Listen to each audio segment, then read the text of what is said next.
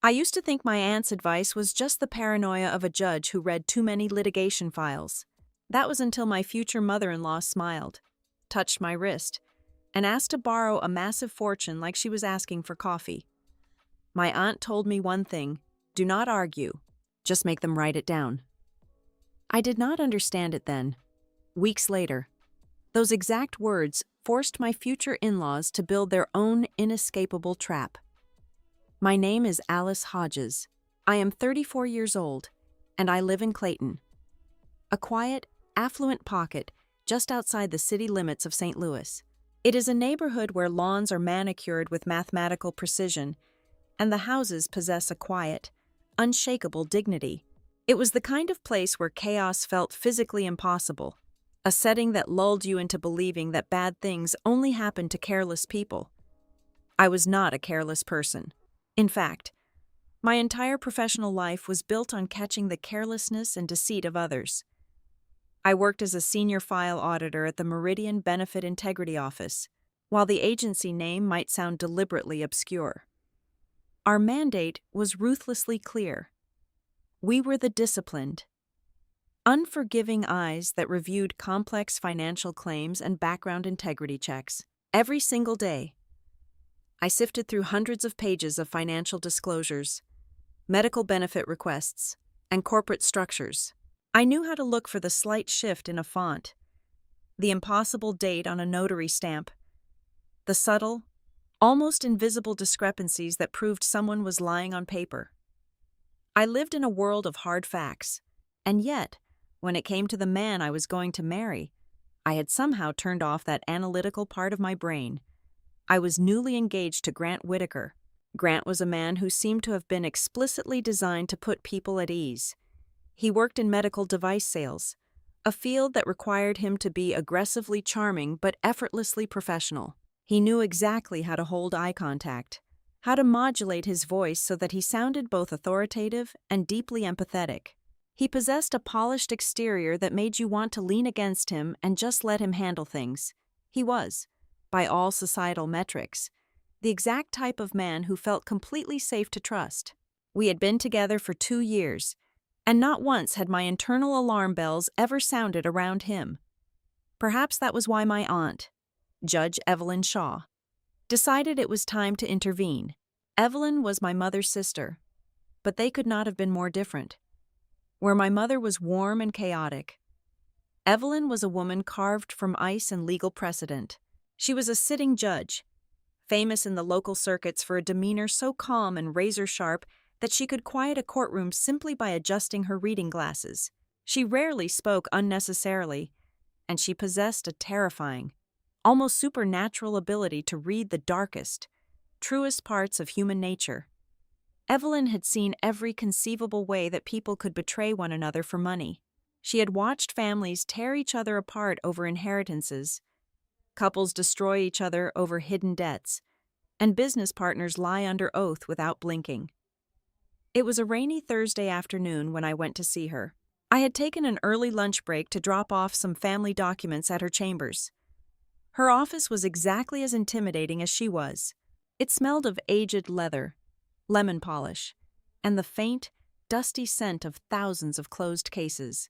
Stacks of thick case files were meticulously arranged on her massive mahogany desk, representing ruined lives, neatly contained in manila folders. I sat down in one of the heavy leather chairs opposite her desk, expecting her to finally ask about the wedding planning or to at least offer a standard. Polite congratulations. Instead, she finished signing a document, capped her fountain pen with a decisive click, folded her hands together, and looked directly at me.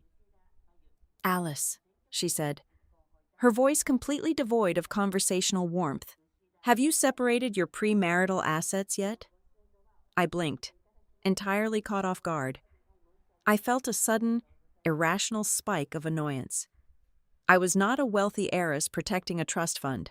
I was a 34-year-old woman with a respectable but standard salary. "Evelyn, we are just planning the caterer right now," I said, trying to force a light-hearted laugh. "I do not exactly have a sprawling empire to protect. Grant and I are building a life together." Evelyn did not smile. Her gaze remained fixed on me, heavy and uncompromising. You are about to close on the sale of your grandmother's condominium in the Central West End. You also have 12 years of solid savings in your personal accounts. Do not diminish what you have built simply because it does not have a comma and 6 zeros behind it. Have you separated the funds? My annoyance shifted into a vague, uncomfortable defensiveness. The condominium had been left to me 2 years ago. It was my only significant safety net, and the pending sale was going to bring in a substantial amount of cash. Grant knew about it. Of course. We had casually talked about using some of it for a down payment on a larger house in the suburbs after the wedding, or maybe padding out the wedding budget to accommodate his mother's expanding guest list. I have not set up anything separate, I admitted, my voice losing its previous confidence. It feels wrong. It feels like I am already preparing for a divorce before we even send out the invitations. Grant is a good person. He makes a great living. Evelyn leaned back in her leather chair, studying me as if I were a particularly naive witness on the stand. I am not asking you to drag him into a lawyer's office to sign a draconian prenuptial agreement. Alice, I know you will not do that because you are in love, and people in love are remarkably eager to be foolish. But I'm giving you one instruction. Consider it an early wedding gift. I sat quietly, waiting. The rain lashed against the heavy paneled windows of her chambers. Open a new personal account in my name only, Evelyn instructed, her tone leaving absolutely no room for negotiation. Deposit every single cent from the condominium sale into that account. Do not put Grant's name on it. Do not link it to your joint checking. And above all else, do not give anyone the login credentials. That feels like I'm hiding things from my future husband, I argued, the guilt already twisting in my stomach. It is not hiding. It is maintaining boundaries, Evelyn countered sharply. But that is only the first part. Here is the actual advice. Alice, listen to me very carefully. From this moment forward, if your future husband, or his mother, or his father, or his brother asks you for money, or asks you to sign your name to any financial document, you will require them to put the entire request in writing. I frowned, thoroughly confused. In writing, like an email. An email, a letter, a drafted contract. I do not care what format it takes, but it must be detailed, she explained, her eyes locking onto mine. The purpose of the money, the terms of repayment, the legal entities involved. Make them write down exactly what they want from you before you even entertain the conversation. Evelyn, that is incredibly aggressive, I protested. Sandra, his mother, is so sweet. If she asks me to chip in for the rehearsal dinner flowers, I am not going to demand a legal brief. That would make me look insane. I am not talking about floral arrangements, Alice, Evelyn said, her voice dropping an octave. I am talking about investments, loans, favors, bridges, whatever polite terminology people use when they want access to someone else's liquidity. She leaned forward, resting her forearms on the desk, suddenly looking very tired, as if the weight of all her years on the bench was pressing down on her shoulders. You work in fraud detection, she said softly. You know how easily people lie with a smile and a handshake. Good, decent, honest people do not mind paperwork. If you ask a decent person to clarify an agreement in writing, they will gladly do it because they have absolutely nothing to hide. It protects them just as much as it protects you. She paused, letting the silence stretch out in the room until it felt heavy and suffocating. But people who intend to blur the lines, she continued, people who plan to use you, will become furious when you ask them to write it down. They will accuse you of not trusting them. They will play the victim. They will tell you that family does not need contracts. I swallowed hard. The absolute certainty in her voice was terrifying. I wanted to argue with her. I wanted to tell her that Grant's family, the Whitakers, were the picture of suburban respectability. I wanted to say she was projecting her courtroom trauma onto my perfectly normal life. But I remembered the files on her desk. Evelyn did not guess. She knew. Okay, I whispered, feeling a sudden chill in the warm office. I will open the separate account tomorrow, and I will not give Grant the password.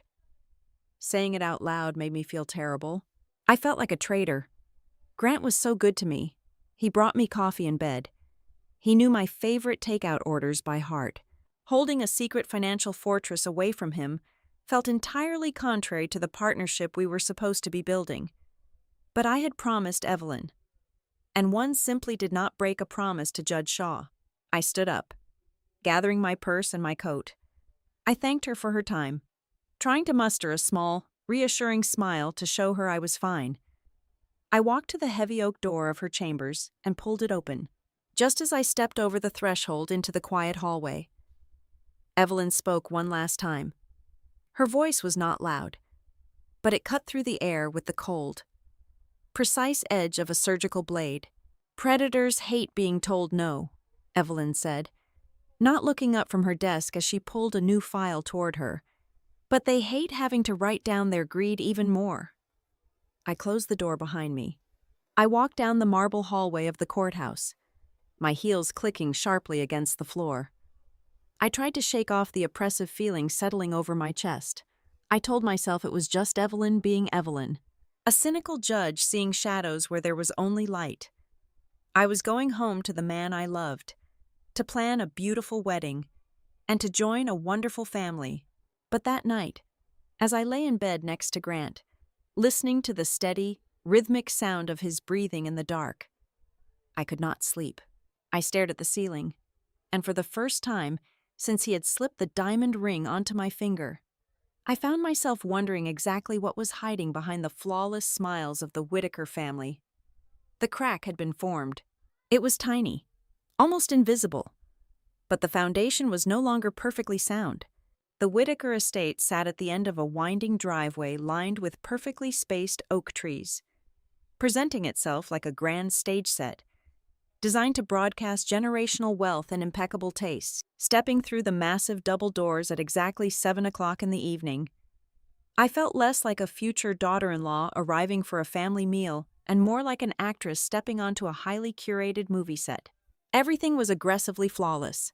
The air smelled of expensive sandalwood and roasting herbs. The marble foyer gleamed under the light of a heavy crystal chandelier. And there was a distinct lack of the normal, messy clutter that usually defines a lived-in home. It was a showroom of upper-class decency. And tonight, I was the guest of honor. Sandra Whitaker floated into the grand entryway to greet us, her arms extended, exuding an aura of practiced warmth. She was a woman who managed her image down to the microscopic level. Her blonde hair was styled in soft, immovable waves. Her silk blouse draped perfectly over her shoulders, and her voice dripped with the sweet, musical cadence of a southern hostess. "Alice, darling, you look absolutely radiant," she cooed, pulling me into a delicate embrace that smelled of gardenias and expensive hairspray. However, as she pulled back, I noticed her eyes. They were sharp, assessing, and entirely disconnected from the sweet smile painted on her lips. In the brief second it took for her to look me up and down, I felt as though I had just been appraised, categorized, and filed away. Behind her stood Grant's father, Neil Whitaker. Neil possessed an unsettling kind of stillness. He offered a polite, muted greeting, shook my hand briefly, and then immediately faded into the background. Throughout the evening, he would prove to be almost entirely silent, functioning less as a patriarch and more as a breathing piece of mahogany furniture. He poured the wine, passed the heavy silver serving dishes, and chewed his food with deliberate slowness, completely detached from the social current of the room. His deliberate invisibility made my skin prickle with an undeniable sense of unease. It was the silence of a man who had long ago decided that staying quiet was his only method of survival in his own house. Then there was Mason, Grant's younger brother. Mason bounded into the dining room with a loud, boisterous laugh, clapping Grant on the shoulder and kissing my cheek. Outwardly, he was the charismatic jester of the family, filling the dead air with rapid-fire jokes about his golf handicap and his latest dating disasters. But the longer I sat across from him at the polished 8-person dining table, the more the illusion fractured. Every few minutes, his smartphone, resting face up next to his crystal water goblet, would illuminate with a silent notification. Each time the screen flared to life, Mason's laughter would hitch. His right hand, resting on the white linen tablecloth, would develop a fine, rapid tremor. He would casually flip the phone over, masking the movement with another loud joke. But the raw, frantic energy vibrating off him was impossible to ignore. As the first course was cleared, I braced myself for the typical barrage of wedding questions. I expected Sandra to ask about the floral arrangements, the catering menu, or my fittings for the bridal gown. Instead, Sandra smoothly refilled my wineglass and rested her chin on her perfectly manicured hands. "So, Alice," Sandra began, her voice a soothing melody, "Grant mentioned that you are closing the sale on your grandmother's property on the 15th of next month. That must be such a relief to have that finalized." "Yes, it is," I replied politely, keeping my tone neutral. "It has been a long process, but I am glad it is almost over." Sandra smiled, but her eyes remained locked onto mine, unblinking. "It certainly is a blessing. Tell me, dear, are you planning to keep the proceeds liquid, or do you have an investment portfolio in mind? I always say that idle cash is a wasted opportunity." The question felt incredibly invasive, dropped casually between bites of roasted asparagus. I glanced at Grant, expecting him to smoothly change the subject to something more appropriate. Instead, Grant was busy cutting his steak, entirely unbothered. "I have not finalized my plans yet," I answered carefully, taking a small sip of water. "I will likely just secure it in savings for now." "Of course," Sandra murmured, though her tone suggested my answer was slightly disappointing. "I only ask because marriage is such a beautiful merging of lives. Neil and I have always believed that a strong family operates as a single unit. We pool our resources. We stand together. Do you not agree that it is better to merge everything after the wedding? Like a real family?" I felt the sudden, uncomfortable heat of being cornered. It was not a question. It was a philosophical test. "I believe transparency is important," I managed to say, choosing my words with the caution of a woman walking across a frozen lake. Grant let out a booming, easy laugh, reaching over to squeeze my hand. "Do not let her interrogate you, Alice. Mom is just incredibly traditional. She still thinks we live in an era where everyone keeps their money in one giant family vault." He meant it to be reassuring, but it did not settle the knot tightening in my stomach. The conversation naturally flowed into other topics, but the undercurrent had shifted. For the remainder of the meal, the topic of money, assets, and financial philosophy surfaced far more frequently than the topic of love, commitment, or our impending vows. After dessert was served, Sandra stood up and retrieved a dark velvet box from a nearby antique sideboard. She walked over and placed it gently on the table in front of me. Snapping the lid open, she revealed a stunning, heavy strand of antique pearls that practically glowed against the dark fabric. "These belong to Grant's great-grandmother," Sandra said, her voice dropping into a register of deep, manufactured reverence. "I would be honored if you wore them walking down the aisle. They are a symbol of the legacy you are joining. They are breathtaking." "Sandra, thank you," I said, genuinely touched for a fleeting moment. She reached out and patted my hand, her diamond rings cold against my skin. "You are very welcome. We want you to feel entirely secure with us, Alice. After all, a person entering this family should never carry the mindset of a renter. You belong to the house now." The words were delivered with a sugary smile, disguised as a warm embrace, but the metaphor struck me like a physical blow. A renter, someone who holds on to their own security deposit, someone who keeps their bags packed. It was a direct, pointed critique of my reluctance to immediately surrender my independence. The tension held until the dinner concluded and Grant and I finally escaped to the privacy of his car. The heavy oak doors of the Whitaker estate closed behind us, and I let out a long, slow breath, feeling the atmospheric pressure drop. As Grant started the engine, the silence in the car felt thick and combustible. "I went to the bank this afternoon," I said quietly, staring out the passenger window at the dark, manicured lawns rolling past. "I opened a new, separate account for the property settlement, just in my name." Grant slammed the brakes at the end of the driveway, the car jerking to a harsh stop before turning onto the main road. He turned to look at me, his handsome face twisting into an expression of genuine offense. "You did what?" he asked, his voice sharp and incredulous.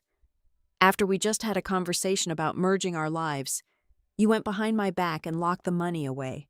"I did not go behind your back, Grant. I am telling you right now," I replied, forcing my voice to remain steady despite the adrenaline spiking in my veins. "It is a standard precaution. It has nothing to do with my commitment to you." "Precaution against what?" "Alice," he snapped, gripping the steering wheel so tightly his knuckles turned white. "Against my family, against me." "Evelyn got into your head, did she not?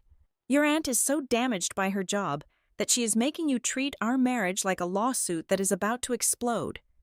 "It is not a lawsuit.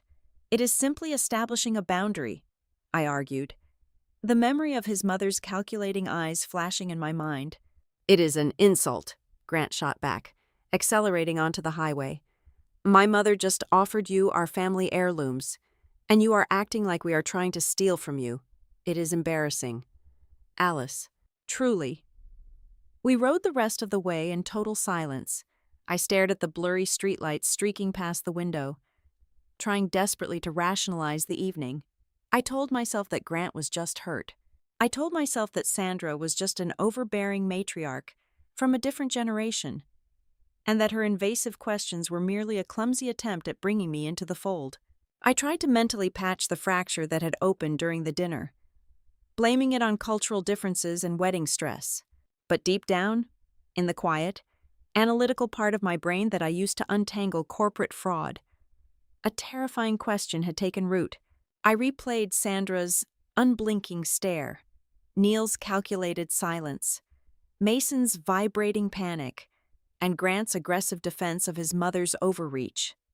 The crack in the foundation was no longer invisible.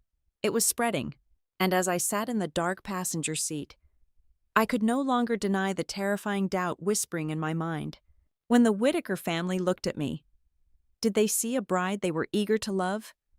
Or did they simply see a fresh, clean, and highly liquid resource? It only took 72 hours for the first move to be made. The invitation arrived as a brisk text message on a Tuesday morning. Sandra wanted to take me to a private lunch at an upscale French bistro in the central West End, a place where the atmosphere was hushed and the salads cost more than a decent pair of shoes. I arrived at noon to find her already seated at a secluded corner booth, sipping sparkling water with a twist of lemon. She wore a tailored cream blazer and a look of profound, meticulously rehearsed distress. "Alice, I am so glad you could make it," Sandra began, reaching across the starched white tablecloth to clasp my hand. Her grip was tight, almost restrictive. "I need to speak with you about something incredibly sensitive. It is family business." "Really? But since you are practically family now, I knew you would be the only one to understand." I kept my face perfectly neutral, pulling my hand back gently to reach for my water glass. "What is going on?" "Sandra," she let out a long, theatrical sigh, glancing around as if ensuring no one was eavesdropping on our private drama. "It is Mason. The poor boy has been working so incredibly hard. And he finally has a once-in-a-lifetime opportunity. A retiring veterinarian is selling a minority stake in a highly lucrative animal clinic. It is the perfect chance for Mason to finally establish himself, to build a real foundation." I nodded slowly, processing the narrative. Mason, the younger brother with the perpetually vibrating phone and the frantic, unsettled energy. A veterinary clinic seemed an incredibly odd fit for a man who openly complained about dog hair on his expensive trousers and lacked any discernible medical background. "The problem," Sandra continued, her voice dropping to a conspiratorial whisper, "is the timing. The buy-in requires immediate capital to secure the shares before the end of the month. The current owner is impatient. We are only short by $85,000. She said the number casually, letting it float in the air as if she were asking me to cover the tip for lunch. $85,000. It was nearly the entirety of my liquid savings outside of the pending property sale. It is strictly a short-term bridge, she assured me quickly, leaning closer. The Whitaker Family Trust is set to disburse quarterly funds in exactly 90 days, but the clinic owner simply cannot wait that long. If Mason does not secure the capital by Friday, he loses the deal entirely. Grant mentioned that your property sale clears this week. You could be the savior of Mason's entire future. Alice. You could be the hero of this family. Before I could even process the sheer audacity of the request, my cell phone buzzed in my purse. It was Grant, calling right on cue. The timing was entirely too perfect. Sandra smiled encouragingly, gesturing with her manicured hand for me to answer it. Hey, honey, Grant's voice came through the speaker, sounding entirely too bright and casual for the middle of a workday. Mom told me she was having lunch with you. Did she explain the situation with Mason? She just mentioned a veterinary clinic, I replied, choosing my words with extreme caution, acutely aware of Sandra watching my every expression. Right. It is a brilliant move for him, Grant said smoothly, slipping right into his salesman cadence. We are all pitching in, but we have a slight liquidity issue until the trust pays out. You having that cash sitting idle from the condo sale is honestly a godsend. It is just a temporary transfer between future family members. I felt a cold, heavy knot tighten in my stomach. The coordination was flawless. The ambush had been meticulously planned between the two of them. Grant, $85,000 is a massive amount of money, I pointed out, trying to keep my voice steady and reasonable. His tone shifted instantly. The easy, loving charm evaporated, replaced by a subtle, sharp edge of manipulation. Alice, it is family. When you marry me, my family becomes your family. If you truly love me, you will understand that saving my brother's future is infinitely more important than keeping a pile of money sitting uselessly in a checking account. Do you really want to start our marriage by turning your back on my family when they need you the most? The psychological pressure was immense. The air in the bistro suddenly felt suffocating. In the past, under different circumstances, I might have crumbled.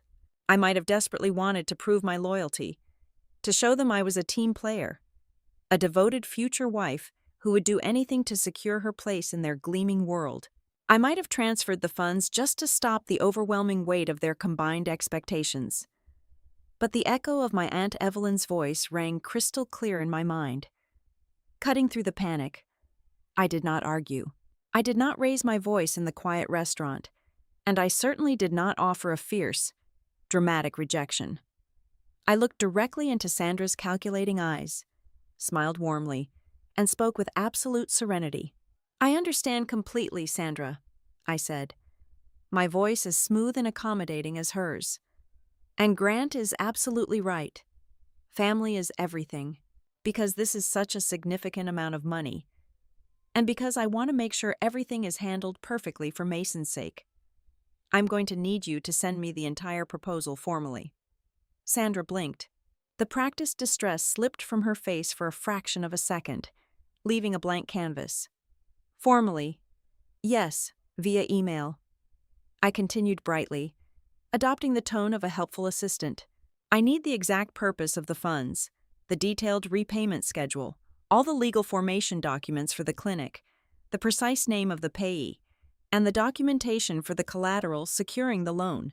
Just standard procedure when moving this level of capital between accounts. Sandra froze. For exactly one heartbeat, the mask dropped entirely, revealing a flash of something cold, panicked, and furious underneath. Then, the sugary smile snapped violently back into place. She let out a light, airy laugh, clearly believing I had caved to the emotional pressure and was merely trying to save face by demanding bureaucratic busywork. Of course, darling, Sandra cooed, picking up her water glass and taking a long sip. If doing a little paperwork makes you feel more comfortable, I will have it sent over tonight. You are so wonderfully organized. That evening, I sat alone at my kitchen table, the overhead light casting a stark glow across my open laptop. At exactly 8 o'clock, the email arrived in my inbox. It was unusually long, heavily padded with corporate jargon that sounded impressive but meant absolutely nothing. Attached were several files and investment memorandum, a promissory note, a budget projection, and a few PDFs that looked incredibly rushed and poorly formatted. Seconds after the email landed, my phone lit up with a text message from Sandra. All sent. Sweetie, let us keep this between us girls. Do not let Grant see you being so meticulous. Men absolutely hate the feeling of being audited by their partners. A physical chill ran down my spine, settling deep in my bones. It was the text message of a woman who knew she was doing something highly unethical and was actively trying to isolate her target. She was encouraging me to deceive my fiancé while simultaneously using his emotional leverage to pressure me into the trap. I did not reply to the text message. Instead, I poured myself a large mug of black coffee, cracked my knuckles, and opened the attachments. At the office, I was paid handsomely to tear apart complex financial deceptions created by professionals. Sandra Whitaker had just handed me amateur hour. I started with the investment memorandum. The legal entity named as the purchasing group was a limited liability company. I pulled up the state business registration database and typed in the exact name. The company had not been operating for years, nor was it established by any veterinary board. It had been formed exactly 4 days ago. There was no retiring veterinarian. There was no established clinic history. I moved to the promissory note. The address listed for the purported veterinary clinic did not match any commercial zoning in the specified district. I cross-referenced the street address using public property tax records. It was a vacant lot, zoned strictly for industrial storage, situated next to a highway overpass. But the most glaring, undeniable red flag was the collateral documentation. Sandra had offered collateral to secure my $85,000, a gesture meant to make the loan appear safe. However, the asset listed backing the loan had absolutely nothing to do with a veterinary practice, business shares, or medical equipment. The collateral listed was the Whitaker family estate. I sat back in my chair, staring at the glowing screen as the pieces slammed together with a deafening finality. You do not leverage your primary, supposedly debt-free residence to buy a minority stake in a fictional dog hospital for your son. You leverage your house when you are drowning in a financial sinkhole. The anger I expected to feel was entirely absent. I was not heartbroken, and I was not devastated by the betrayal of the man I was supposed to marry. Instead, I was hyper-focused. The financial trap they had tried to build for me was astonishingly arrogant. They had assumed I was just a blind, desperate bride who would sign anything to secure her place at their majestic dinner table. Instead of calling Grant to scream at him, instead of driving over to the Whitaker house to demand a tearful explanation, I did exactly what Evelyn had taught me. I saved the long email to a secure external hard drive. I downloaded every single attached file, carefully preserving the digital metadata. I took high-resolution screenshots of Sandra's text messages, ensuring the time and date stamps were clearly visible on the screen. I organized everything into a neatly labeled digital folder on my desktop. I did not have the full picture yet, but the malicious intent was now undeniably documented. Sandra thought she had successfully manipulated me into funding her mysterious deficit. She had absolutely no idea that she had just voluntarily handed me the very first weapon I would use to dismantle them completely.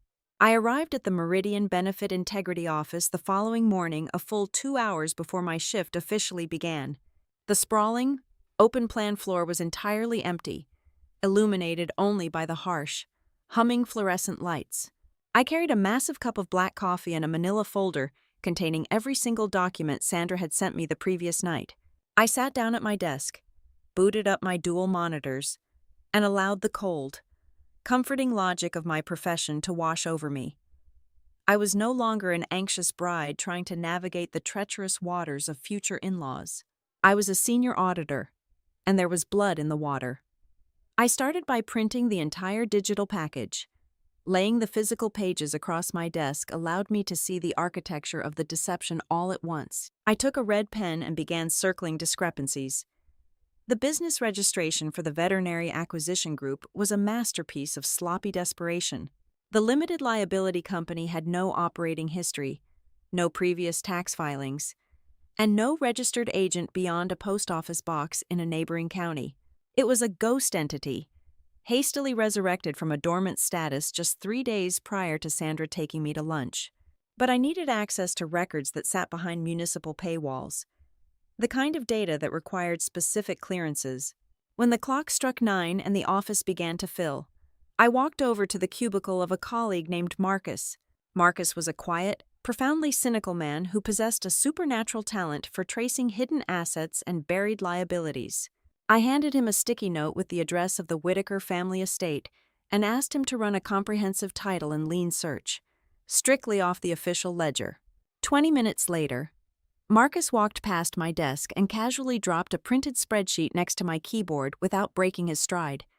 I picked up the paper, my eyes scanning the dense rows of financial data.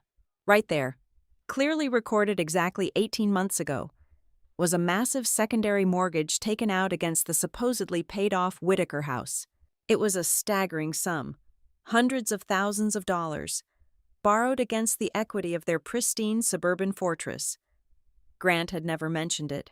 In all our conversations about family finances, he had proudly maintained that his parents lived completely debt-free. I returned to Sandra's proposal, my red pen moving faster now. I flipped to the dense, jargon-filled appendix at the back of the promissory note. Deep within the routing instructions, buried beneath layers of confusing indemnification clauses, I found the true destination of my money. If I transferred the $85,000, it was not going to an escrow account to hold shares for a medical clinic. The routing numbers indicated the funds were to be deposited directly into the operating account of a commercial property restoration business. I cross-referenced the state business registry. The company was registered to Neil and Sandra Whitaker. It was an old home repair venture they had ostensibly shut down nearly a decade ago. By noon, I felt physically ill, but my mind was operating with terrifying clarity. I placed the heavily annotated file into my briefcase, left the office on my lunch break, and drove straight to the downtown courthouse. My Aunt Evelyn was eating a dry turkey sandwich at her desk when I walked into her chambers and dropped the file squarely in front of her. I did not say a word. I just stood there, waiting. Evelyn wiped her hands on a napkin, put on her reading glasses, and opened the folder. The silence in the room stretched out for 10 agonizing minutes. The only sound was the crisp turning of pages and the heavy ticking of the antique grandfather clock in the corner. As she read, I watched something I had almost never seen in my entire life happen to my aunt. I saw genuine, unadulterated anger bleed into her usually stoic features. Her jaw tightened, and a sharp, dangerous light sparked in her eyes. "This is not just careless," Evelyn finally said, her voice dropping into a register that made the hair on my arms stand up. "This is insulting." They assembled a collage of legally binding paragraphs copied and pasted from the internet. "It is structurally absurd, but it is dressed up just enough to completely paralyze someone who does not read contracts for a living." Evelyn picked up her desk phone and dialed a number from memory.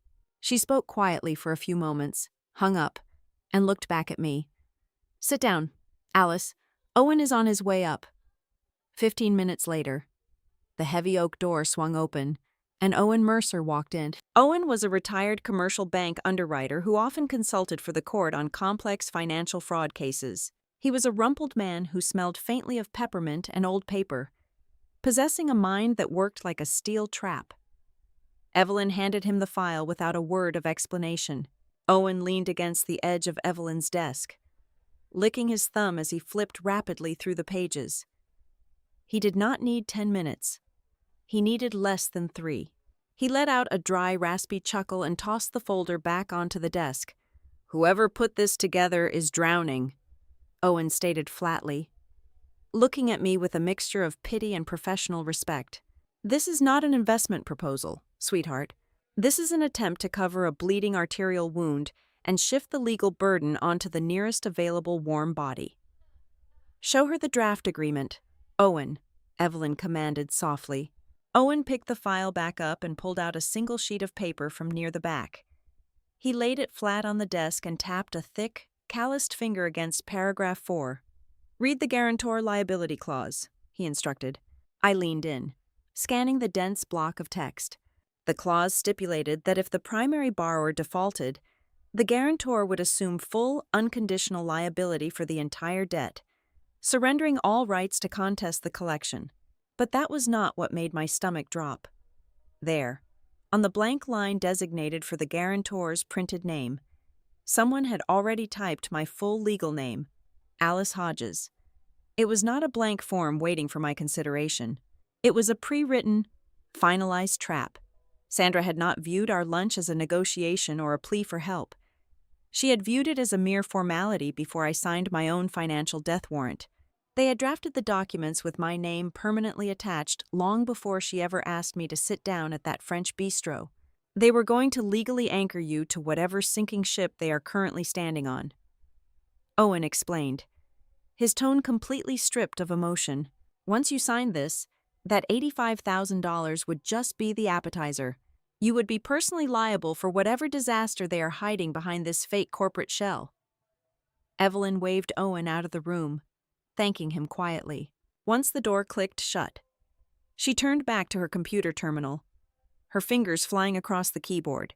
"When people are this sloppy, it is because they are out of time," Evelyn murmured, staring intently at the glowing screen. "And when people are out of time, they fall back on old habits."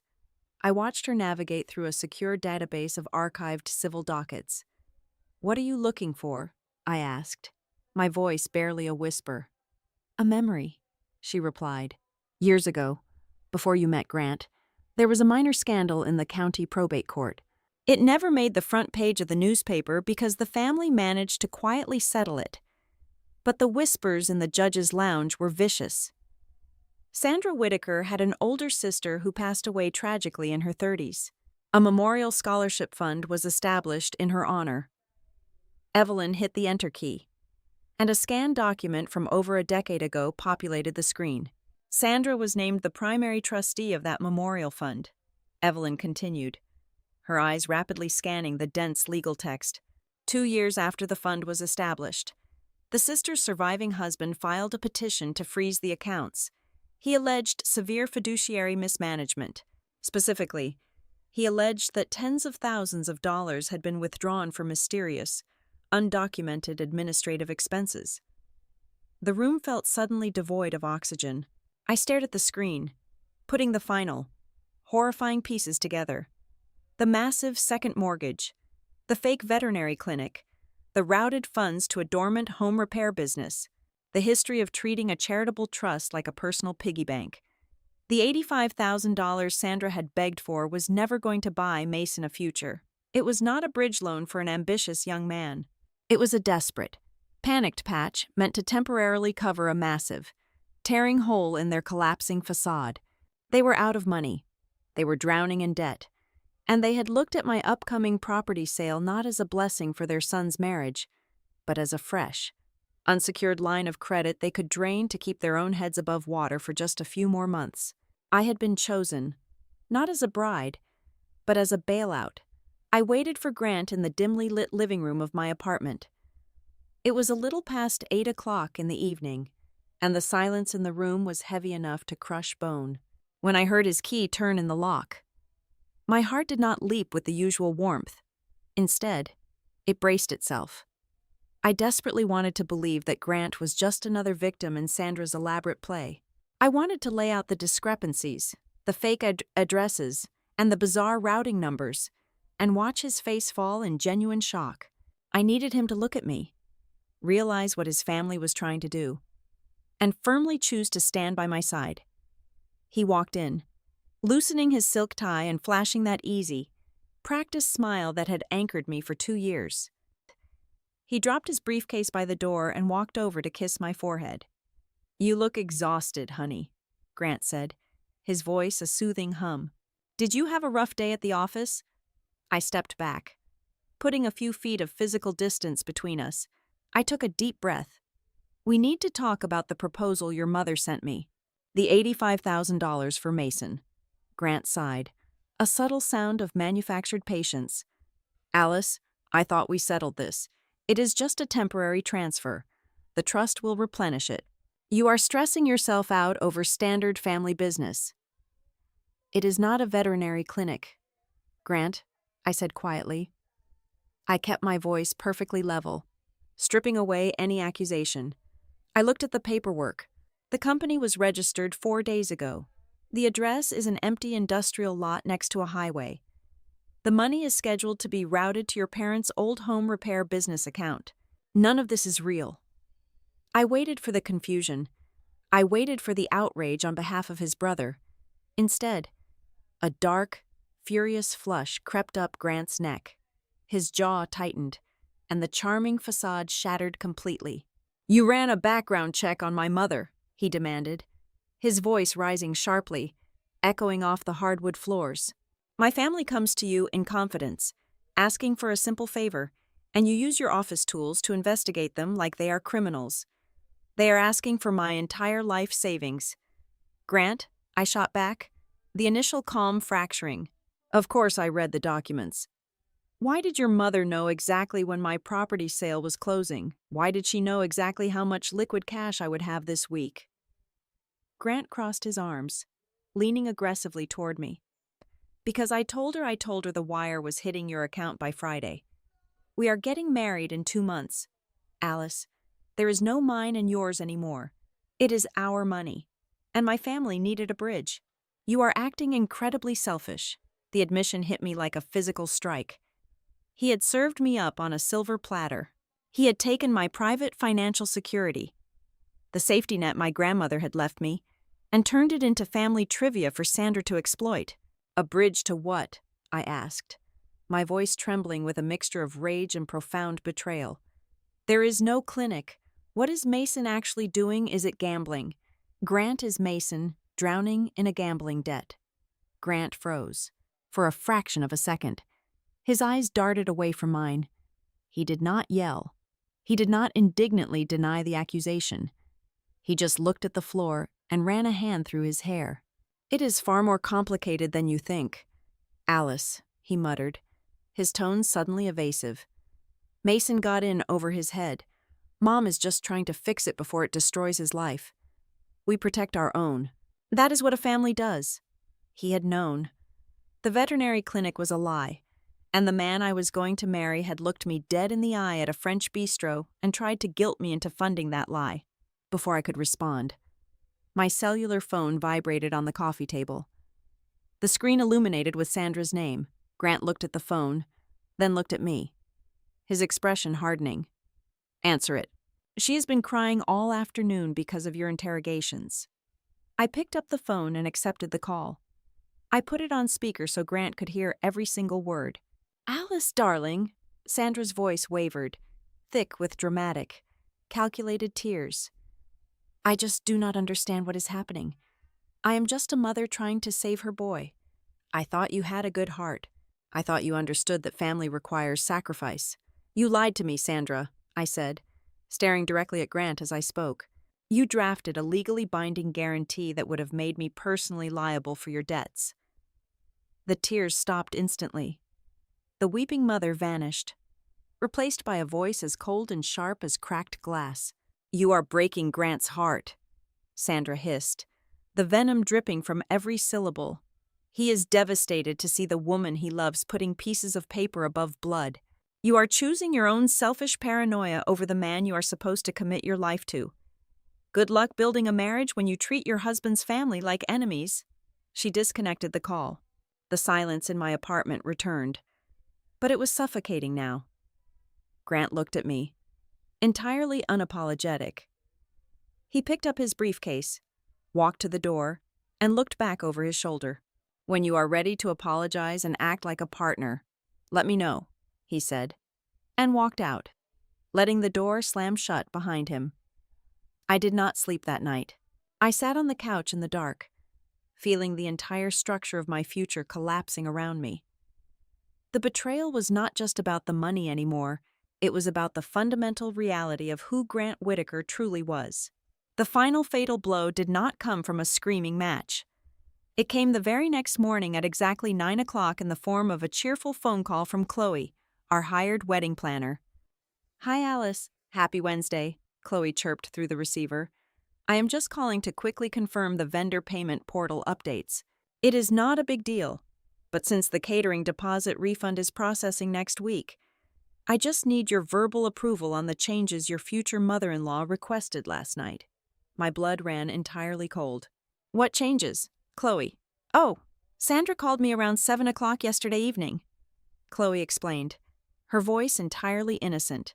"She asked me to reroute all vendor refunds to a new routing number she provided, and she requested that I add her as a primary authorized user so she can make direct adjustments to the payment schedule. She said you two had discussed it, and you wanted her to take over the financial stress of the planning." I closed my eyes. I felt a wave of nausea wash over me. Sandra had not just been trying to steal my savings. Knowing that the massive veterinary clinic scam was falling apart, she had immediately pivoted to a secondary target. She was trying to hijack the tens of thousands of dollars flowing through the wedding vendor contracts. "Chloe, listen to me very carefully," I said, my voice eerily calm. "Do not change the routing numbers. Remove Sandra Whitaker from all communications immediately. You are to lock the payment portal. If anyone other than me attempts to alter a contract, you deny it. I am changing the master password right now." "Oh my goodness! I am so sorry, Alice." "Of course. I will lock it down immediately." Chloe stammered, clearly realizing she had walked into a minefield. I hung up the phone. My hands were shaking as I opened my laptop. I logged into the wedding planning portal, changed the passwords, added two-factor authentication, and deleted every single credit card on file. I spent the next 2 hours securing my entire digital life, realizing with sickening clarity that I was actively defending myself against my own future family. At noon, Grant called me. I answered, putting the phone to my ear, waiting for his voice. "Mom said the wedding planner locked her out of the vendor accounts," Grant said, sounding exhausted and immensely irritated. "Alice, what are you doing now? Why are you escalating this?" "She tried to reroute the catering refunds to her own bank account, Grant," I stated, my voice completely devoid of any emotion. "She is just trying to reduce your burden," Grant argued loudly, completely exasperated.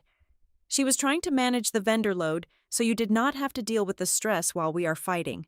Why do you always assume the absolute worst intentions?" I stopped breathing for a second. I stood in the middle of my kitchen, holding the phone, and I suddenly saw the entire dynamic with agonizing clarity. Grant was not manipulated. Grant was not a fool. He was the vital, necessary mechanism in Sandra's machine. Sandra was the predator who manipulated the locks, but Grant was the one who willingly stood by the door, opening it wide and aggressively defending her right to walk in and take whatever she pleased. He legitimized her theft by labeling it love. That was the exact moment my love for Grant Whitaker died. It did not die in a dramatic explosion of screaming and throwing plates. It did not end with a tearful, cinematic goodbye. It died quietly, efficiently, and with utter humiliation. It died because I realized that the man I had trusted to protect me from the world was actively holding my arms behind my back while his mother reached into my pockets. I was completely alone. But for the first time in weeks, my vision was perfectly clear. I did not hang up the phone. I just let him keep talking, his voice a distant, meaningless noise, as I began to plan exactly how I was going to burn their entire house of cards to the ground. The exhaustion that settled into my bones over the next 24 hours was not merely physical. It was a profound, hollow weight. I had spent the entire morning canceling vendor appointments and fabricating elaborate excuses to my bridesmaids about pausing the dress fittings. I needed a moment to breathe, to simply exist outside the blast radius of the Whitaker family. I drove to a quiet park by the river and called my Aunt Evelyn from the isolation of my parked car. I recounted the entire terrifying ordeal with the wedding planner. Evelyn listened to the complete sequence of events without uttering a single word of interruption. When I finally finished, the line remained quiet for a long moment. "There is something else," Evelyn said, her voice lacking its usual sharp edge, sounding almost hesitant. "I did not mention it yesterday because I had no tangible proof, and I do not like dealing in baseless gossip. But given what Sandra attempted with your vendor accounts, the context has drastically shifted. A colleague of mine in the county clerk's office mentioned a rumor years ago. Grant was engaged once before." My grip on the steering wheel tightened until my knuckles ached. "He told me he had a serious girlfriend in his 20s, but they simply drifted apart. He said she cheated on him right before they were supposed to send out the wedding invitations." "That is the narrative the Whitakers circulated," Evelyn replied evenly. But my colleague remembered a very messy, very quiet legal dispute involving a broken lease and threatened litigation over a diamond ring. The girl's name was Nora Bell. "I strongly suggest you find her." I did not go back to my apartment. I drove straight to a local coffee shop, opened my laptop, and leaned entirely into my professional skill set. As a senior auditor, locating a single individual who did not want to be found was practically my daily routine. It took me exactly 2 hours to trace Nora Bell through public voting records, an old professional networking profile, and a recently updated property tax registry. She was currently living in Indianapolis, working as an administrative director for a mid-sized logistics firm. I found her direct office number. My heart hammered against my ribs as I dialed. The phone rang 3 times before a crisp, professional voice answered. "Nora Bell speaking." "Nora, my name is Alice Hodges," I began, my voice steady but undeniably tense. "You do not know me, but I am currently engaged to Grant Whitaker. I urgently need to speak with you." The silence that followed was so absolute, so heavy, that I thought she had disconnected the call. When she finally spoke, her professional tone had completely shattered, replaced by a tight, breathy whisper of genuine panic. "How did you get this number?" Nora asked. "I have absolutely nothing to say about that family. I signed a non-disclosure agreement regarding the apartment lease. I am not getting dragged back into their orbit. I am not a lawyer, Nora, and I am not calling on their behalf," I pleaded softly. "I am calling because Sandra Whitaker just tried to make me the sole guarantor on a massive, fraudulent commercial loan under the guise of helping Grant's younger brother. I found a fake business registry. I found a hidden mortgage on their estate. I just need to know if I'm crazy or if she did this to you too." I heard a sharp, shaking intake of breath on the other end of the line. "She used Mason for you. She used my student loans for me." Over the next 45 minutes, Nora unraveled a story that felt like looking into a distorted, terrifying mirror. 4 years ago, Nora had been exactly where I was. She was deeply in love with Grant, planning a sprawling wedding, and entirely blind to the financial sinkhole hidden beneath the Whitaker family's polished surface. Nora had carried a significant amount of graduate school debt. Sandra had played the role of the benevolent matriarch, offering to introduce Nora to a private family wealth advisor who could consolidate and restructure the loans at a miraculously low interest rate. It was presented as an early wedding gift, Nora explained, her voice trembling slightly with the ghost of old trauma. Sandra told me that people entering her family did not carry burdens alone. She set up the meetings. She had the paperwork drafted. But I had a friend who worked in commercial banking look it over just to be completely safe. The documents were entirely fraudulent. Alice. The restructuring was actually a commercial line of credit for heavy construction equipment. Sandra was trying to use my clean credit score to finance bulldozers for that defunct home repair business she and Neil ran. If I had signed it, I would have been on the hook for hundreds of thousands of dollars. "Did you keep the emails?" I asked, my blood running like ice water through my veins. "I kept everything," Nora said bitterly. "I will forward the entire archive to you right now. But Alice, you need to understand the worst part, the part that almost destroyed me. What is it? I braced myself. Grant knew, Nora stated, her words dropping like heavy stones. When I found out about the fraud, I went to him. I was crying. I was terrified, and I thought he would be furious at his mother. But he was not. He told me I was overreacting. He told me it was just a technicality to get the financing through, and that his mother would never let me actually pay for it. He defended the fraud. He chose her. And when I packed my bags and left that same night, they spun a story to their entire social circle that I had been sleeping with a coworker. They ruined my reputation to cover their tracks. My email notification chimed. A massive zipped folder from Nora had arrived. I thanked her, promised to keep her current life entirely out of the crossfire, and ended the call. I opened the folder. The old emails from Sandra were an absolute revelation of predatory repetition. As I read through the messages from 4 years ago, I felt a deep, physical revulsion. Sandra had used the exact same psychological tactics. The phrasing was practically copied and pasted. Family does not calculate these things. Nora darling, one email read.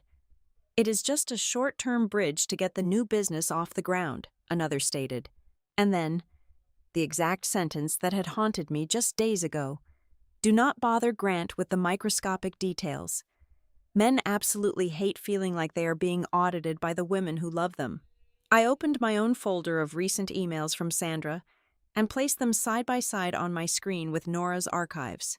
It was the exact same playbook. Sandra had utilized the identical, mysterious financial advisor whose name appeared on the fraudulent restructuring documents. The hastily formed legal entities followed the exact same naming conventions. It was a systematic, rehearsed method of using the promise of marriage to paint a thick layer of respectable, sentimental gloss over dirty, suffocating debt. But the most devastating realization was not Sandra's criminality. It was Grant's complicity. He was not a naive son blinded by a manipulative mother. He was a willing, active participant. He had watched this exact scenario play out 4 years ago. He had watched an innocent woman run for her life, and then he had spent the last 2 years actively courting me, grooming me, and leading me directly into the very same trap. Driven entirely by profound weariness and a shattered spirit, my immediate urge was to quietly withdraw. I wanted to pack my clothes, block their numbers, list my grandmother's condominium for immediate sale, and move across the country just like Nora had been forced to do. I wanted to fade away quietly and let the Whitakers drown in a crisis of their own making. But as I sat in that coffee shop, staring at the side-by-side evidence of 2 women targeted by the same family, the crushing pain in my chest slowly hardened into something else. It crystallized into a state of absolute, freezing clarity. If I walked away silently, Sandra would simply invent another lie. She would tell our mutual friends that I was unstable, or greedy, or unfaithful. She would preserve the immaculate Whitaker facade, and Grant would simply wait a year or 2 before finding another independent, financially stable woman to feed to his mother's endless debt machine. Nora had survived by running, but running had left the predator free to hunt again. I closed my laptop with a sharp, decisive snap. I was not going to run. I was not going to be the crazy ex-fiancé in their carefully curated narrative. I had the documents. I had the timeline. I had the undeniable proof of a repeated pattern of financial exploitation. I decided right then and there that Sandra Whitaker was not going to get the privilege of my silence. I was going to force her to speak her lies into the light. I would construct a scenario where she would be so blinded by her own greed that she would voluntarily confess everything. Not to me in a private living room, but in front of witnesses who could not be manipulated by her fake tears or her southern charm. I was going to build a trap of my own. I picked up my phone from the kitchen counter. My fingers hovered over the keyboard for a long moment. To catch a thief, you have to leave the door unlocked and pretend you are asleep. I composed a message to Grant, carefully selecting words that would appeal directly to his ego and his overwhelming desire to avoid discomfort. I have been thinking a lot, I typed. I do not want us to end in chaos. We need to handle this like adults. I am willing to sit down and figure this out. Let us find a way to make this work for everyone. I pressed send. It took exactly 4 minutes for my screen to illuminate with an incoming call from him. When I answered, his voice was thick with relief and a sickening undercurrent of triumph. He genuinely believed that his silent treatment had broken my resolve. "I knew you would come to your senses, Alice," Grant said smoothly, slipping back into his familiar, charming cadence. "I knew you were just stressed about the wedding. We can fix this." "I want to help," I lied, my voice remarkably steady. "But my Aunt Evelyn has me completely paranoid about taxes and liabilities. If your mother is truly operating with total transparency, I think we should formalize everything properly. Let us meet at your family's private bank on Friday morning. We can sit down with a notary public, review the finalized paperwork, and have lawyers from both sides witness the transfer. It will make me feel safe, and it will get Mason his money." There was a brief pause on the line. I held my breath, wondering if the mention of lawyers and a bank would spook him. Instead, Grant let out a dismissive chuckle. "If signing papers in a stuffy bank vault is what it takes to make you comfortable, fine." He agreed readily. "Mom will be thrilled. She just wants this done." He was right. Sandra was beyond thrilled. She was euphoric. She interpreted my request for a formal setting not as a trap, but as a total capitulation. She believed the psychological weight of the impending wedding had finally crushed my independence. Within 2 hours, my inbox was flooded with a new wave of documents. She sent updated amortization schedules, newly minted promissory notes, and a barrage of text messages praising my maturity. I needed to tighten the snare. I replied to her email thread with a very specific, carefully worded request. "Sandra," I wrote, "my attorney advised me to obtain one final document before I authorize the wire transfer. I need a signed addendum explicitly confirming that the $85,000 is being used 100% for Mason's veterinary clinic equity. The document must state that these funds are entirely unrelated to any pre-existing debts, undisclosed litigation, or hidden financial obligations of the Whitaker family. Once I have that, we are ready for Friday." I expected pushback. I expected her to call Grant and complain about my relentless auditing. But arrogance is a blinding condition. Sandra replied almost immediately. Attached to the email was the exact addendum I had requested, bearing her digital signature. The body of her email was a masterpiece of manipulative affection. "Here you go. Darling, you are so wonderfully thorough. I have always considered you my daughter from the very bottom of my heart. See you Friday." She had absolutely no idea that every single sweet word she typed was actively weaving her own legal noose, while Sandra was busy celebrating her perceived victory. The real machinery was quietly engaging in the background. My Aunt Evelyn had taken the physical copy of the draft guarantee to a forensic document examiner she frequently utilized for civil disputes. The examiner discovered something deeply disturbing. On the final page of the contract, just beneath the line where my name had been typed, the paper held faint, microscopic indentations.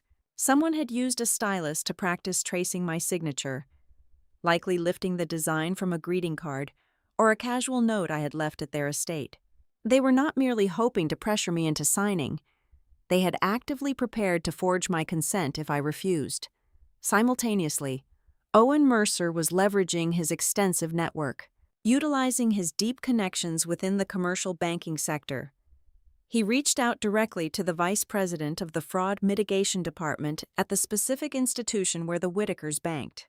Owen did not file an official police report, but he offered a devastating professional courtesy. He informed the executive that an upcoming transaction involving the Whitaker accounts might feature deliberately falsified purpose declarations and highly suspicious collateral documentation. Banks are notoriously ruthless when it comes to protecting their institutional liability. The moment Owen ended the call, the Whitaker family profile was quietly flagged for elevated, uncompromising scrutiny. That evening, I cleared my dining room table and began to assemble my arsenal. The physical act of organizing the evidence brought me a profound sense of peace. I printed Sandra's initial emails. I printed the text messages where she explicitly instructed me to deceive Grant. I organized the state business registry reports, proving the veterinary clinic was a phantom entity. I attached the municipal property records detailing the massive, hidden second mortgage on their estate.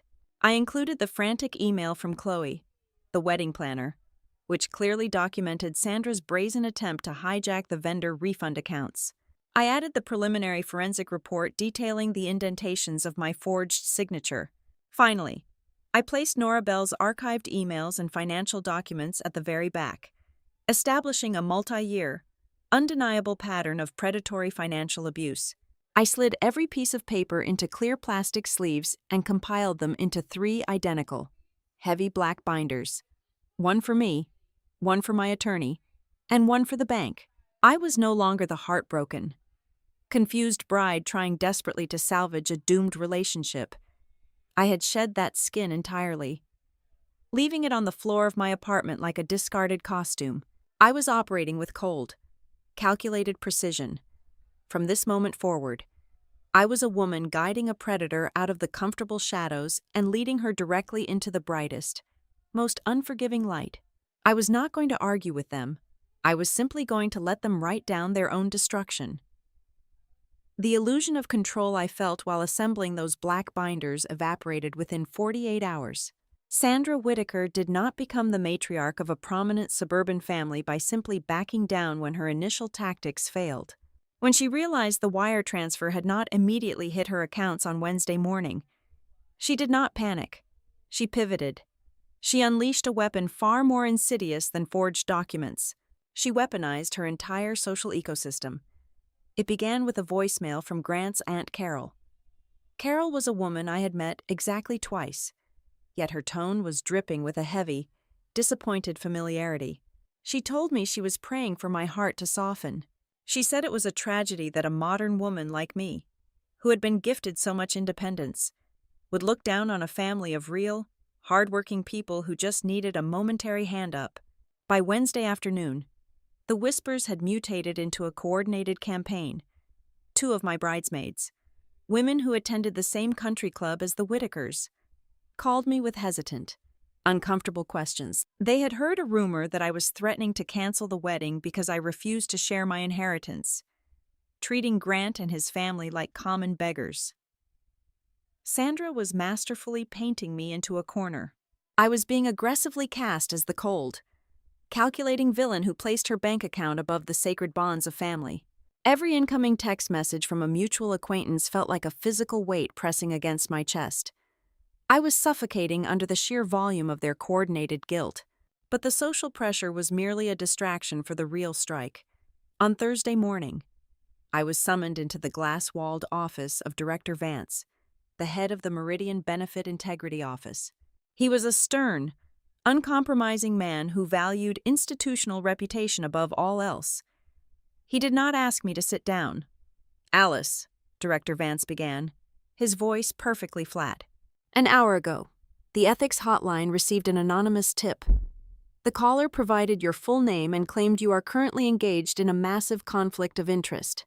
They alleged you are using your position here to deliberately sabotage the legitimate commercial transactions of a prominent local family due to a personal vendetta." The floor seemed to drop out from beneath me. The blood rushed entirely out of my face. Sandra was not just trying to steal my money. She was actively trying to destroy my career. She knew that the mere accusation of ethical misconduct could trigger an immediate suspension in my line of work. Panic, cold and sharp, clawed at my throat. My instinct was to defensively babble, to cry, to beg him to believe me. Instead, I forced myself to take a slow, deep breath.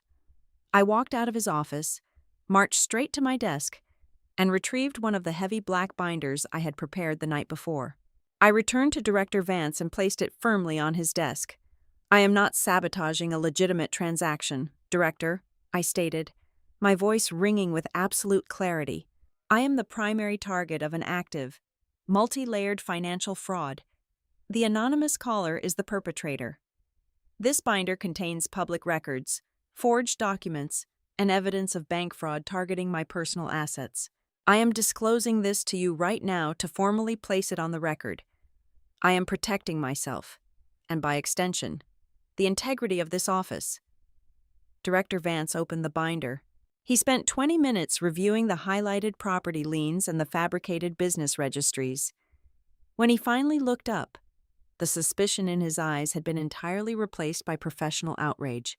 He assured me the anonymous tip would be logged as malicious harassment, instructing me to do whatever I needed to do to neutralize the threat.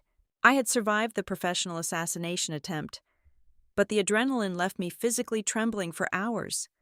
The hits kept coming. Grant called me at noon. There was no trace of the charming, conciliatory man from the day before. His voice was pure ice. "My mother told me about the list of demands you sent," Grant hissed through the receiver. "You are completely out of your mind. Alice, if you walk into that bank tomorrow and do anything to humiliate my mother in front of those lawyers, we are completely finished. I will not marry a woman who treats my family like suspects in a criminal trial. You either sign the papers quietly, or you do not bother showing up." He was issuing an ultimatum, firmly believing my fear of a broken engagement would force my compliance. I did not argue. I simply told him I would see him on Friday and ended the call. As I walked out of my office building at 5 o'clock that evening, a figure stepped out from the shadows of the parking garage. It was Mason. He looked absolutely dreadful. His usually manicured hair was greasy, his eyes were bloodshot, and his hands were shaking violently. He looked nervously over his shoulder before stepping directly into my path. "Alice, please," Mason begged, his voice cracking. "You cannot give her the money tomorrow. You cannot sign anything." "I know about the fake clinic, Mason," I said quietly, keeping my distance. He let out a choked, desperate laugh. "There was never a clinic. I do not even like dogs. Alice, I am drowning. I owe money, bad money. It is sports betting, offshore accounts, and bookies who do not send polite collection letters. It is well over 6 figures. Mom found out last month. She told me she had a plan to cover it so Dad would not find out and cut me off. I did not know she was going to use you as the collateral until this week. I am so sorry." Hearing the truth spoken aloud was entirely different from seeing it on paper. Mason was pathetic, terrified, and fundamentally weak. But in that brief moment, he had given me the definitive confession I needed.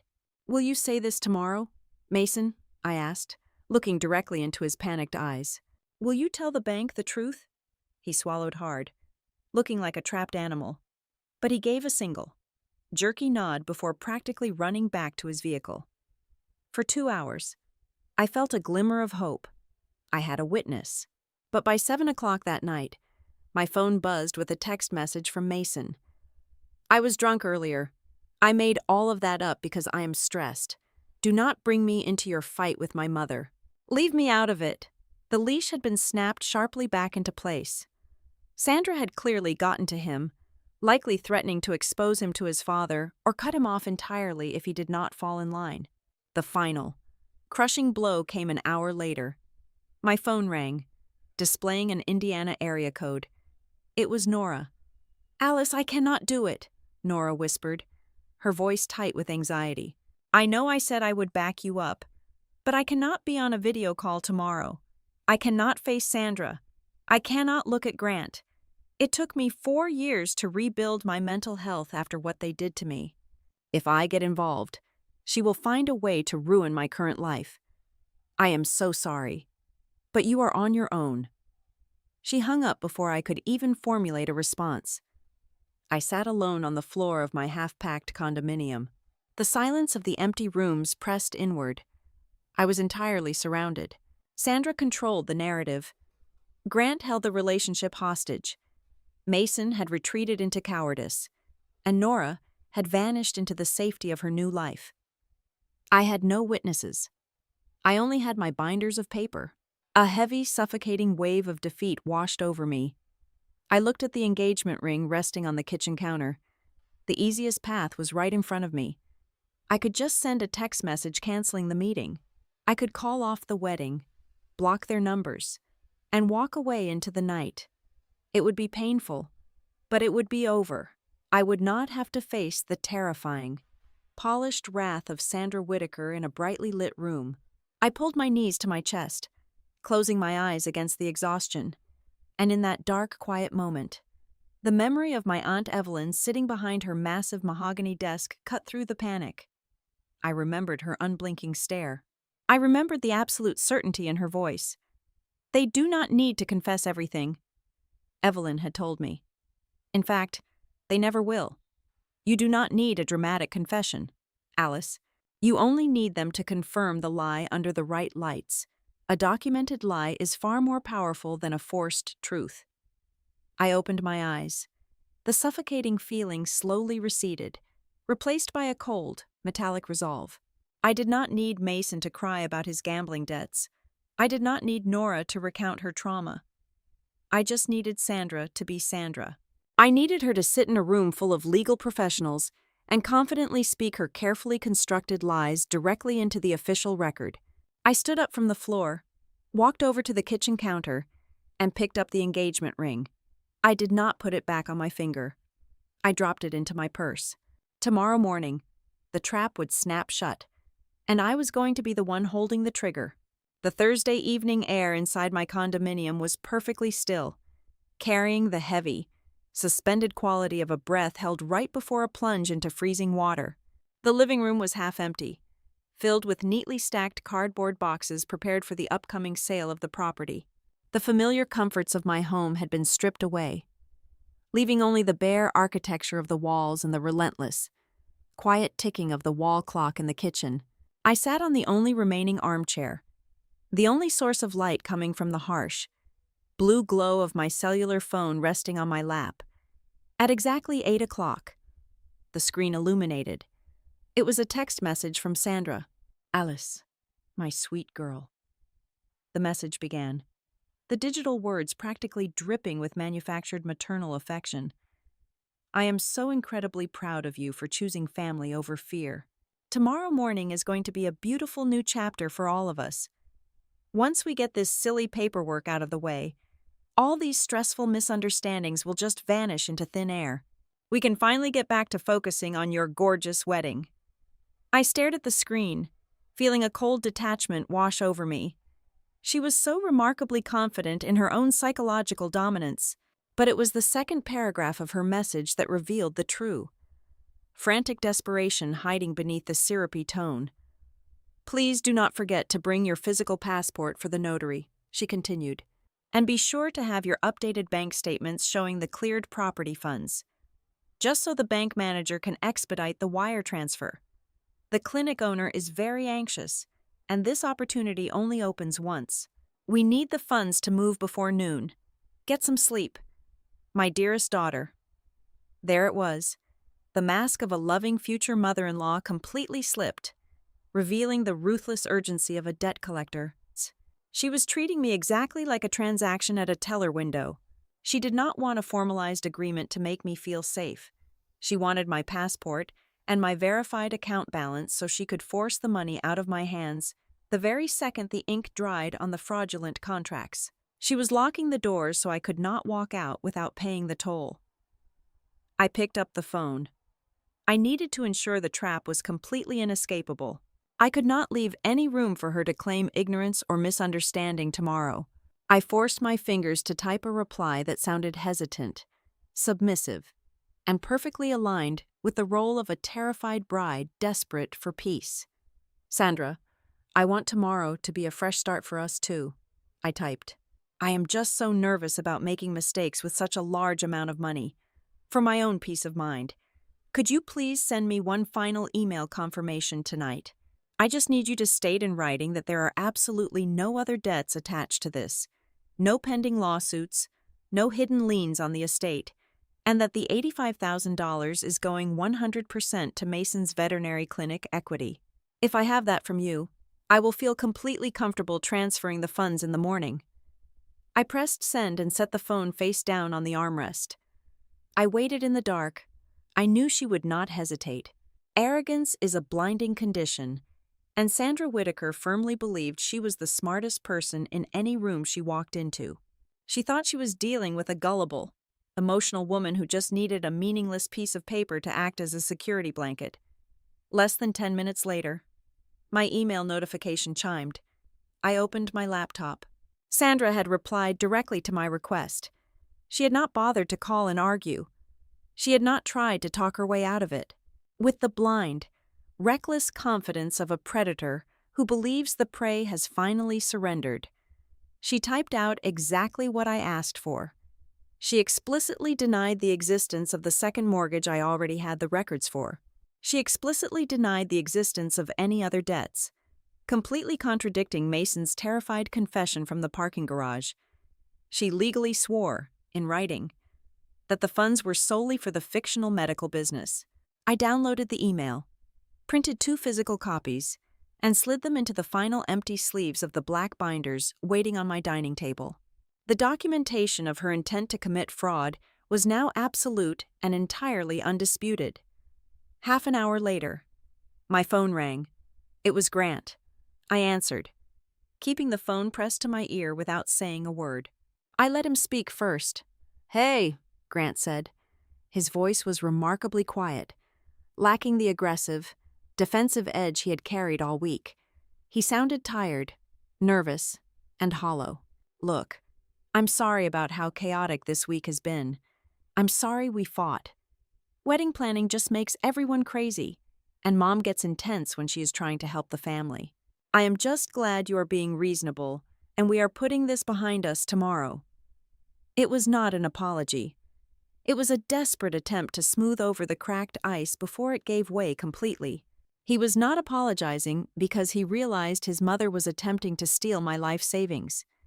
He was apologizing because he was terrified that the friction might actually cause me to walk away before the money was secured.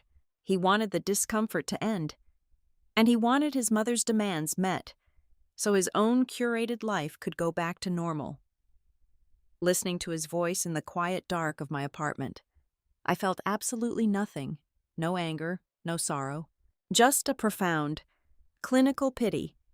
The man I had spent 2 years loving was incredibly weak.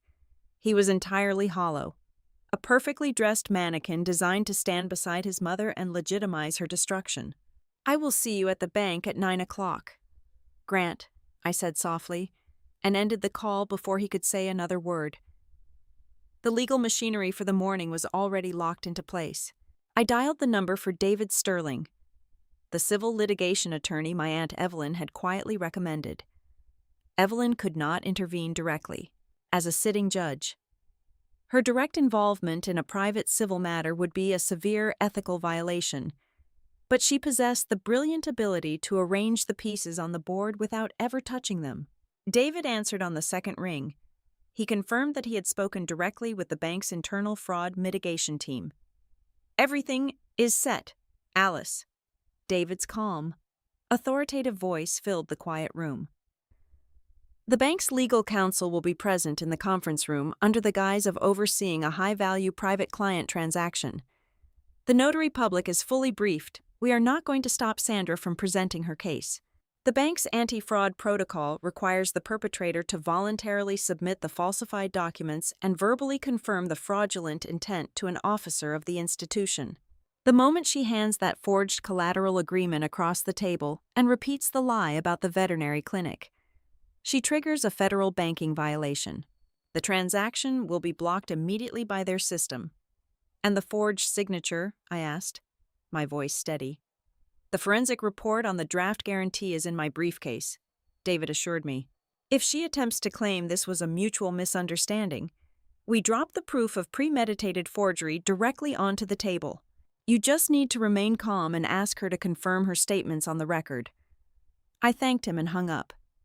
The plan was flawless. The net was woven incredibly tight, and the Whitakers were about to walk directly into the center of it with smiles on their faces. I stood up from the armchair and walked into my bedroom. My packed suitcases sat in the corner, ready for my planned move to the suburbs. I walked over to the small vanity table. Sitting alone on the bare wood was my engagement ring. The diamond caught the faint streetlight filtering through the window, glittering with a cold, sharp beauty. I picked it up. I did not slip it onto my finger to admire it one last time. I did not cry over the future that was supposed to accompany it. I opened a small, dark velvet box, placed the ring inside, and snapped the lid shut with a sharp, decisive click. I walked back to the living room and dropped the box into the bottom of my leather purse. I was not bringing it to the bank as a symbol of my commitment. I was bringing it as a receipt. I was going to return it exactly when all the masks fell to the floor. I walked back to the dining table and ran my hand over the smooth, heavy covers of the black binders. The streetlights outside cast long, geometric shadows across the hardwood floor, standing alone in the space I was about to leave forever. The profound brilliance of my aunt's initial advice finally settled completely into my bones. Evelyn's instruction to demand everything in writing had never been just a simple defensive measure to protect my bank account. It was far more elegant and far more lethal than that. Evelyn understood that predators thrive in the chaotic, emotional space of spoken words. They use guilt, they use tears, and they use the social pressure of family loyalty to blur the lines of reality. But paper does not care about guilt. Ink does not care about tears. Her advice was a method of forcing the darkness out into the open. It was a mechanism designed to strip away the emotional manipulation and force the raw, naked greed to document itself. I had not built the trap that was waiting for Sandra Whitaker at the bank tomorrow morning. Sandra had built it herself. Brick by brick, email by email, lie by lie. She had confidently tied her own hands, completely unaware that she had just handed me the rope.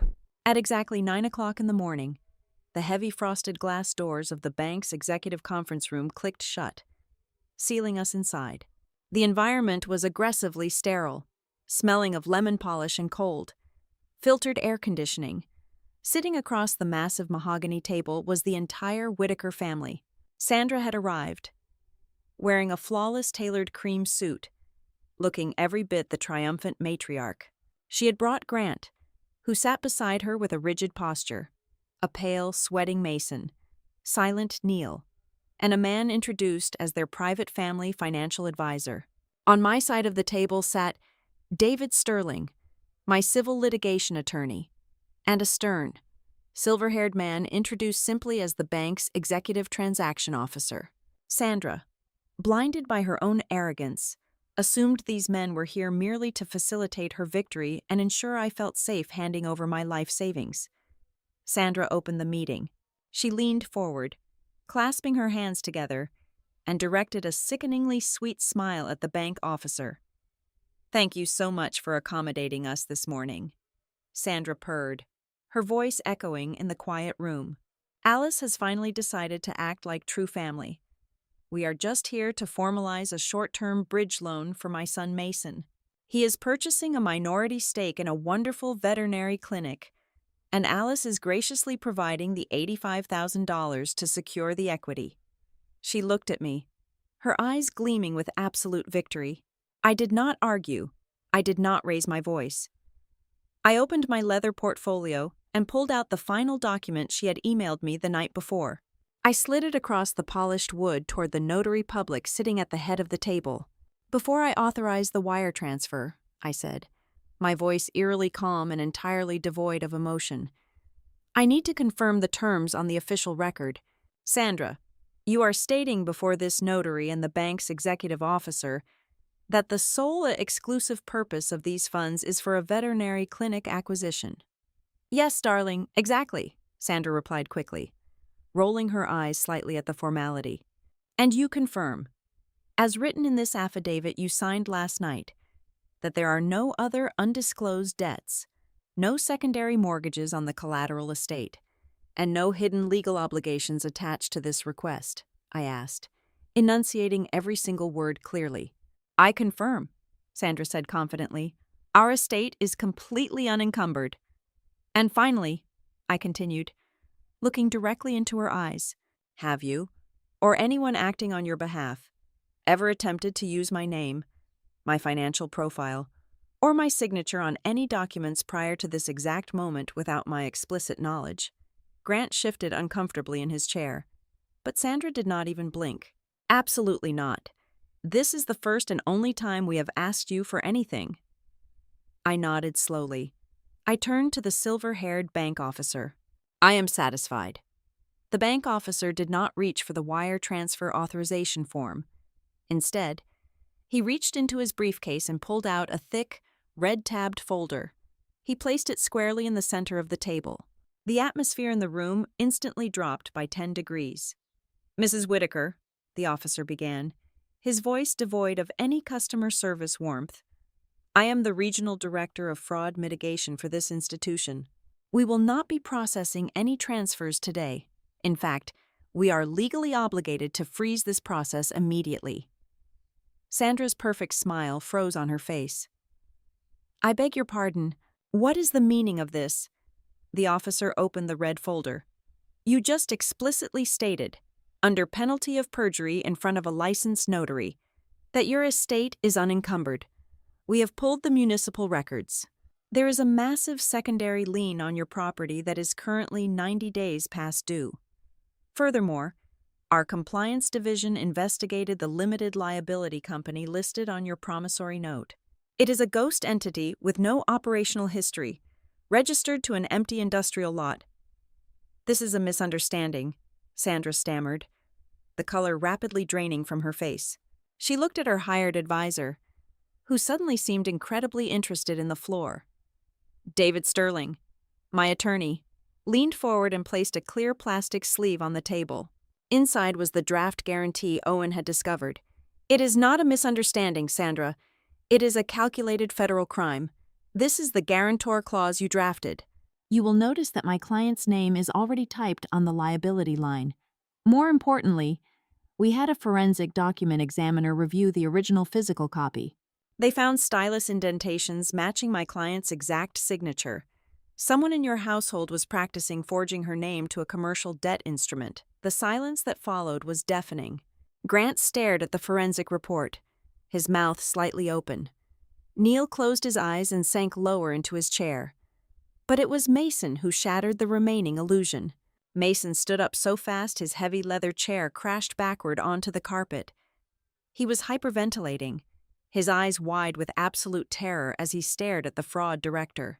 I cannot go to jail for this, Mason shouted, his voice cracking into a high pitch. Stop it! Mom, tell them the truth. There is no clinic. I do not know anything about dogs. Mason, sit down and shut your mouth immediately, Sandra hissed, her polished facade cracking into pure, venomous panic. No, Mason yelled, tears of sheer panic welling in his eyes. I owe over $100,000 to illegal sports bookies. They are threatening me. And she promised she would fix it with Alice's money, because she already drained the rest of Aunt Claire's memorial scholarship fund to pay the mortgage. The confession hung in the air, a devastating, undeniable admission of generational theft. Sandra lunged across the table, trying to grab Mason's arm, but Grant pulled her back. Mom, what did you do? Grant asked, his voice shaking. He turned to me, his eyes wide with manufactured innocence. Alice, I swear to you, I had absolutely no idea it was this deep. I thought it was just a simple bridge loan. You have to believe me. David Sterling did not let the lie survive for more than 2 seconds. He reached into his briefcase one final time and pulled out a printed email exchange. He handed it directly to Grant. Do not insult my client's intelligence, Mr. Whitaker, David said coldly. This is an email from 2 weeks ago. You forwarded my client's private banking details, including the exact payout date of her property sale, directly to your mother with the subject line, funding secured. You knew exactly what she was targeting, and you actively provided the ammunition. Grant stared at the piece of paper in his trembling hands. The golden boy, the charming salesman, was entirely exposed. He had nothing left to say. Sandra completely lost control. The sweet southern matriarch vanished, replaced by a cornered, vicious animal. She went from sobbing into her hands to screaming across the table. Her face was flushed, dark red, the veins standing out on her neck. You little traitor! Sandra shrieked, pointing a shaking finger directly at my face. We opened our home to you. We offered you our family name.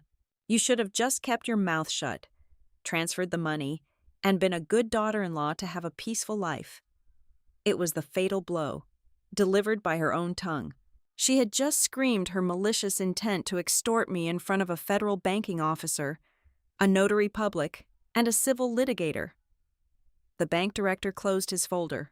We are retaining all of these falsified documents for our internal investigation, and we will be forwarding the entire file to the relevant state authorities today. This meeting is over. David stood up and calmly handed 3 thick manila envelopes to Sandra, Grant, and Neil. These are formal notices of pending civil litigation. We are filing charges for fraudulent inducement, defamation of character, and attempted forgery. You will not contact Alice Hodges again unless it is through my office. The Whitaker family sat in the ruins of their own making. There was nowhere left to hide, no social circle to manipulate, and no lies left to tell. The stage had been dismantled, and the actors were completely exposed. I stood up from my chair and picked up my purse. I reached inside and pulled out the dark velvet box. I opened it, took out the diamond engagement ring, and placed it gently on the polished mahogany table directly in front of Grant. The small click of the metal hitting the wood sounded like a gunshot in the silent room. Grant looked up at me, his eyes filled with a pathetic, desperate plea. "Alice, please, we can fix us." I looked down at him for the last time. The fear Evelyn had warned me about was gone. I felt incredibly light. "I am not canceling this wedding because I stopped loving you, Grant," I said, my voice steady and echoing with absolute finality. "I am leaving because I refuse to be the final funding source for a generational system of lies." I turned my back on them and walked toward the heavy glass doors. Sandra was still gasping for air, her face buried in her hands, completely unable to construct a new mask. I pushed the doors open and walked out of the bank into the bright, morning sunlight. The trap had closed. The predator was caged by her own words. And I was the only person who walked out of that room with my dignity entirely intact. Thank you so much for listening to this story until the very end. Please let me know in the comments where you are listening to this from so we can interact and share our thoughts together. If you enjoyed this journey, please subscribe to the Amelia Revenge Stories channel. Like this video, and support me further by hitting the hype button so that the story in this video can be heard by many more people.